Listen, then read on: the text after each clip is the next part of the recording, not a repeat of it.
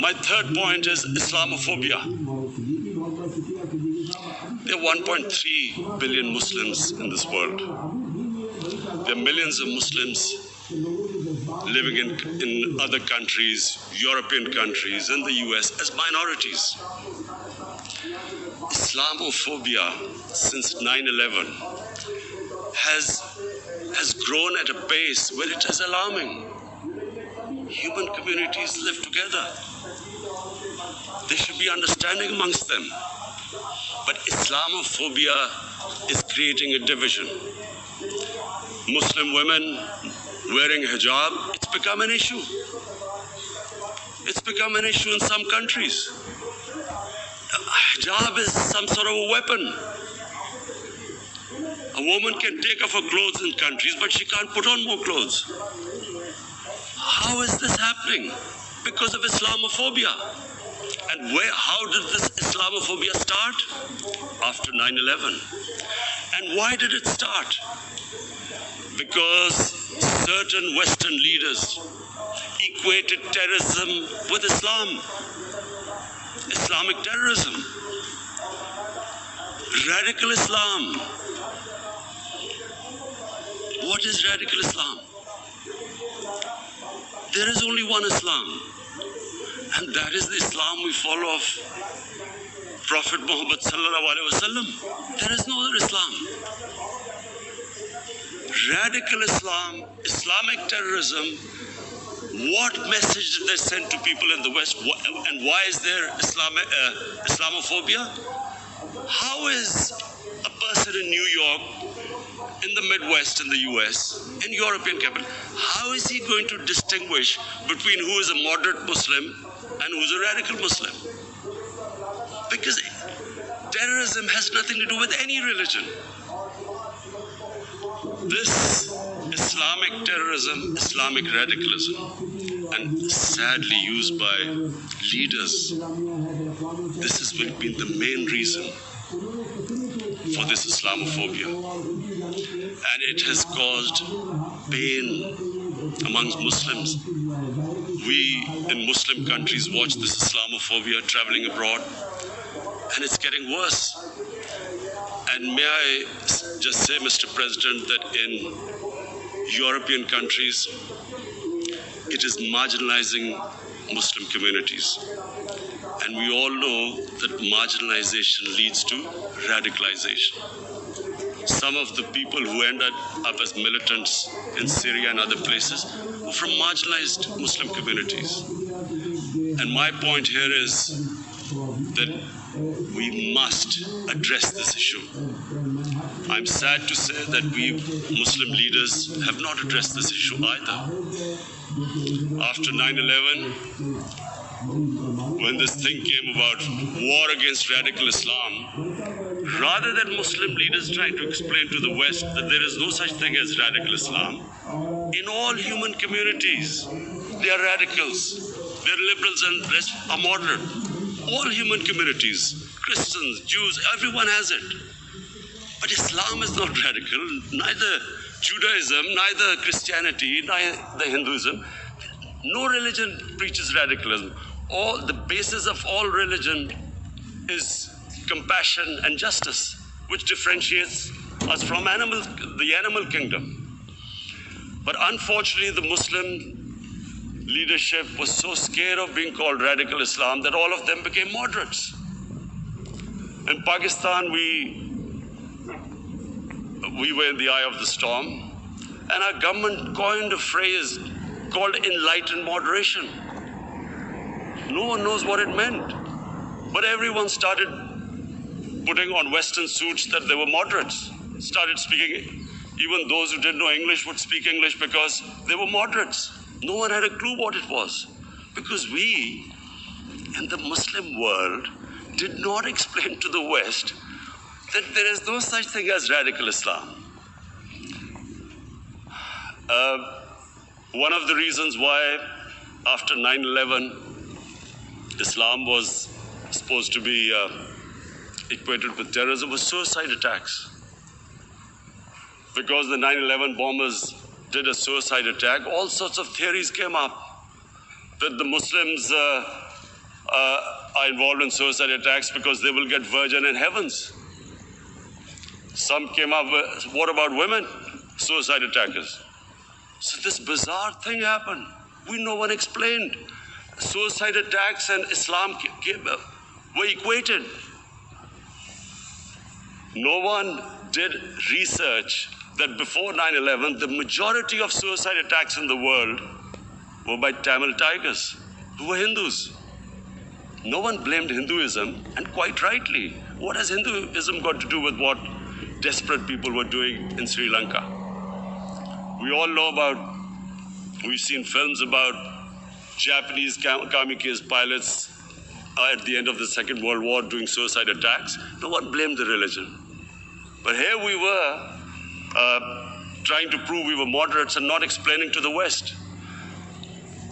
But the most important thing I wanted to say here today, in explaining this Islamophobia, Mr. President, and I feel it's very important because I've spent, because of I played professional sport in England, I spent a lot of time there, so I know how the Western mind works and how West views religion. So where the misunderstanding about Islam came, and one of the reasons it caused Islamophobia. That was in 1989. This book was published, maligning, insulting, ridiculing our Prophet Muhammad sallallahu alaihi wasallam, and there was a reaction in the Muslim world. The West couldn't understand what was the problem. Because in the West, because I have spent so much time in the West, religion is perceived completely differently. They don't look upon religion like we do. And so, Islam was supposed to be an intolerant religion. It was against freedom of expression. And Islam took a real beating 30 years ago. I still remember it became a watershed. And every 2 or 3 years, someone would malign our Prophet, peace be upon him. There would be a reaction by the Muslims. And again, it was Islam, an intolerant religion. Again, this time, I blame a certain section of the people in the West who deliberately provoked this, knowing the impact it would have. But the majority of the people in the West didn't understand. This is where, again, Muslim leadership let the Muslims down. We should have explained to them what our Prophet, peace be upon him, means to us. So in 1 minute, I'll try and explain what he means to us. Our Prophet was the witness to the divine book, the Holy Quran. The Holy Quran is the book of guidance for Muslims, and the Prophet's life was living the Quran. He was an example of what the Quran guided us to be. So he is the ideal we all try to get to. The Prophet created the state of Medina, the first state in Islam. That state was the basis of a Muslim civilization which became the predominant civilization for the next 700 years. And what was that state? I hear such strange things about Islam, that it is against women, it's against minorities. The first state of Islam in Medina, it was the first time a welfare state was set up. The state took responsibility of the weak, widows, orphans, poor people, handicapped. It taxed the rich, spent the money on the poor. The state announced that all human beings are children of Adam, hence equal, whatever the color of their skin.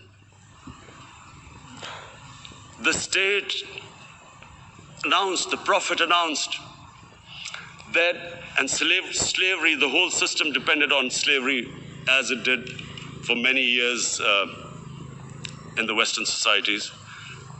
The Prophet said that one of the greatest deeds is to free a slave. Because the society depended on slavery, he said, but if you have to treat them as an equal member of the family. And as a result, something happened in a Muslim world which still hasn't happened in any other civilization. Slave dynasties appeared. Slaves became kings. The Mamluks, slaves who ruled Egypt. In India, there were slave dynasties. And then, with minorities, again, you hear that Islam is supposed to be against minorities. Let me just make this clear. In Islam, the Prophet announced that everyone was free to practice his religion. It was a sacred duty to protect the places of worship of all religions. He announced that every person is equal in front of law, whatever his religion or his color. And this incredible case, and I always quote this, that the fourth Khalifa, the head of state of Medina, he lost a court case against a Jewish citizen. So, number one, it showed there was a rule of law, no one was above law. And number two, that a Jewish citizen was an equal citizen. So, Mr. President, when a Muslim society is unjust to its minorities, it is going against the religion of Islam and our Prophet, peace be upon him. So, it is important to understand this.